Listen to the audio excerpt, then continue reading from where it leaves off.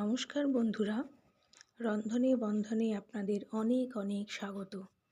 আজ আমি নিয়ে এসেছি বাসন্তী পোলাওয়ের রেসিপি। এই রেসিপিটি খেতে যেমনই সুস্বাদু, রান্নাটাও তেমনই খুবই সহজ। এই বাসন্তী পোলাও রান্না করার জন্য নিয়ে নিয়েছি 1.5 কাপ গোবিন্দভোগ চাল। বাসন্তী পোলাও কিন্তু গোবিন্দভোগ চালেই বেশি ভালো হয়। চালটাকে ভালোভাবে জল পাল্টে পাল্টে ধুয়ে নিতে হবে। চাল খুব ভালোভাবে ধোয়া হয়ে গেলে একটা কাগজের ওপরে চালটাকে ছড়িয়ে দিতে হবে যাতে জলটা পুরো শুকিয়ে যায়। এইভাবে রেখে দিতে হবে প্রায় আধ ঘন্টা।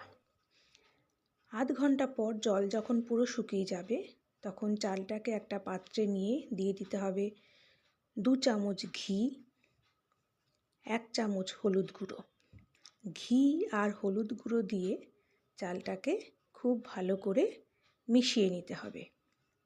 আমি এখানে হাত দিয়েই মিশাচ্ছি, চামচে একটু অসুবিধে হচ্ছে বলে।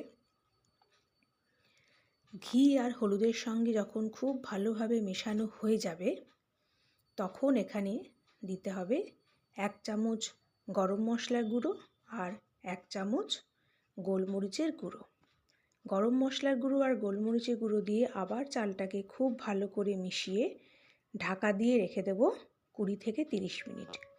30 মিনিট পর একটা পাত্রে দিয়ে দিলাম 1 চামচ সাদা তেল আর 2 চামচ ঘি।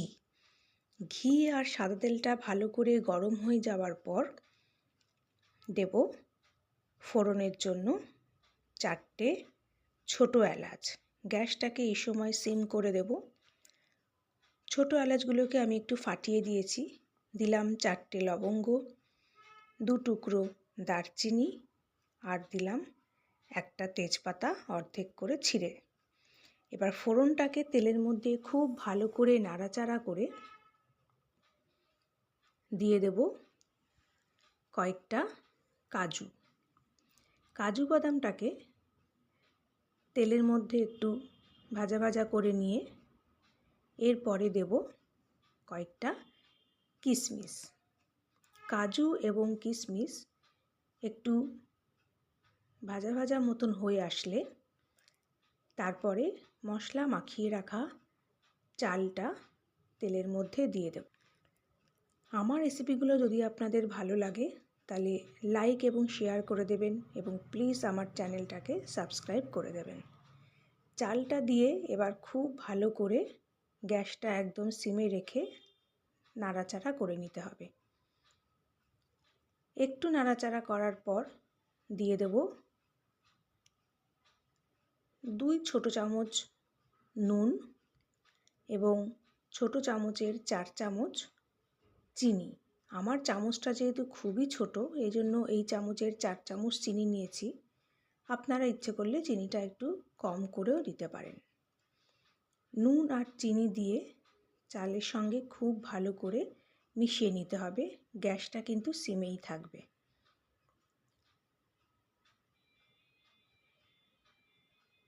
চালটা নাড়াচাড়া করতে করতে দেখুন হালকা একটা কালারটা যখন চেঞ্জ হয়ে আসবে তখন সেখানে দিয়ে দেব গরম জল। যতটা চাল নিয়েছি ঠিক তার ডবল জল দিতে হবে। আমি এখানে 1.5 কাপ চাল নিয়েছি তাই দিয়ে দিলাম 3 কাপ জল। জল দিয়ে ঢাকা দিয়ে রেখে দেব 5 মিনিট। 5 মিনিট পরে ঢাকাটা খুলে দিয়ে দেব 2টো কাঁচা লঙ্কা অর্ধেক করে ভেঙে। তারপরে চালটাকে একটু ভালো করে নাড়িয়ে দিতে হবে। আমার বাসন্তী পোলাও প্রায় হয়ে এসছে, আর একটু হবে, একটু জল জল মতন আছে। নাড়াচাড়া করে আবার একটু 2 মিনিটের জন্য ঢাকা দিয়ে দিতে হবে। 2 মিনিট পর দেখুন ঢাকাটা খুলে আবার তলার দিকটা একটু ভালো করে নেড়ে দিতে হবে যাতে তলায় লেগে না যায়। একটু নাড়াচাড়া করে দিলেই দেখবেন তৈরি হয়ে গেল বাসন্তী পোলাও। আমি আজকে বাসন্তী পোলাওটা সার্ভ করলাম চিকেন দো পেঁয়াজা দিয়ে। আশা করি আমার আজকের রেসিপিটি আপনাদের খুব ভালো লেগেছে। পরের দিন আবার একটা নতুন রেসিপি নিয়ে চলে আসব। ততক্ষণ আপনারা ভালো থাকুন, সুস্থ থাকুন। নমস্কার।